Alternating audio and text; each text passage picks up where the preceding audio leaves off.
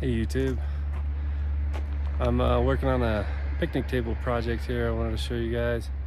This was an old frame that was sitting up here at our property for who knows how long. Somebody custom made it out of steel, iron, welded it. And so I'm gonna work on refinishing it, and I'll show you what I'm gonna use for it.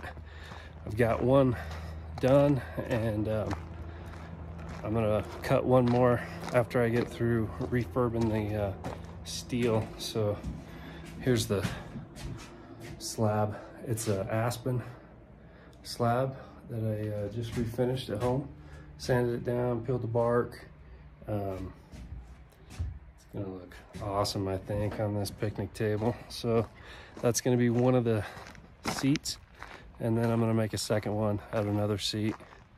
And yeah, so I'll give you an update when I'm further along, but here, let me show you one more time. I haven't started yet, I just got it disassembled. And here's the frame. I'm gonna be grinding all this down and repainting it. So I got two pieces, two sides of that identical. So I imagine it'll be a few hours. So I'll check back up with you later. Thanks.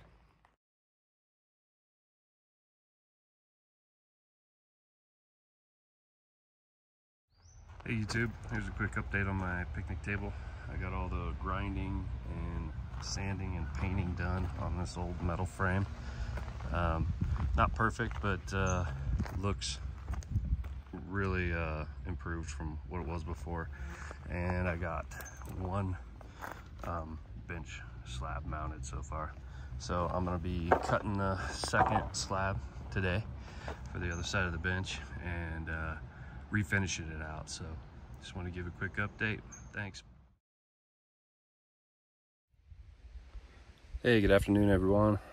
Thanks for joining me on my picnic table project here. I just want to show the project process so far, where I've gotten, and let's take a look at it here. So this is aspen that I'm milling with a chainsaw mill, and I refurbished this frame, ground it down. So basically what I've got left to do right now is mill two more boards. I'm gonna cut the edges off the center board, kind of like what you see here, and then do a live edge on the two outside boards. So I'm not gonna make it look like one solid piece, but it's gonna be complete after that. So let B jump in there. So yeah, there you go. And there she is. It was really interesting when I started cutting the center piece. I hit a tension point here, and you can see where it's split, but that whole piece of wood kind of just released its tension when I ripped that with a DeWalt 60-volt radial saw. And yeah, that was kind of crazy. First time I've really seen that before, cutting these live edges. But I've still got a little bit more work to do on this. Obviously I gotta cut the slabs still. Let me show you my little slab. Where's my pile? Right here. This is the tree that those slabs are being made out of, and the stump is right there.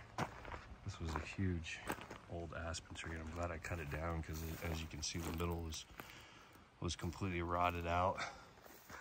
And you can see that in the logs too. They were actually, when it fell, it split. I'll see if I can post a little clip in here when I dropped it.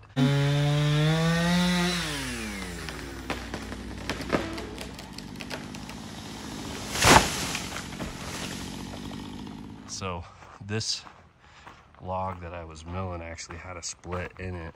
I didn't find out until about halfway down, but here's my little milling station. I'm not gonna walk all the way down there, but there's the rest of that log.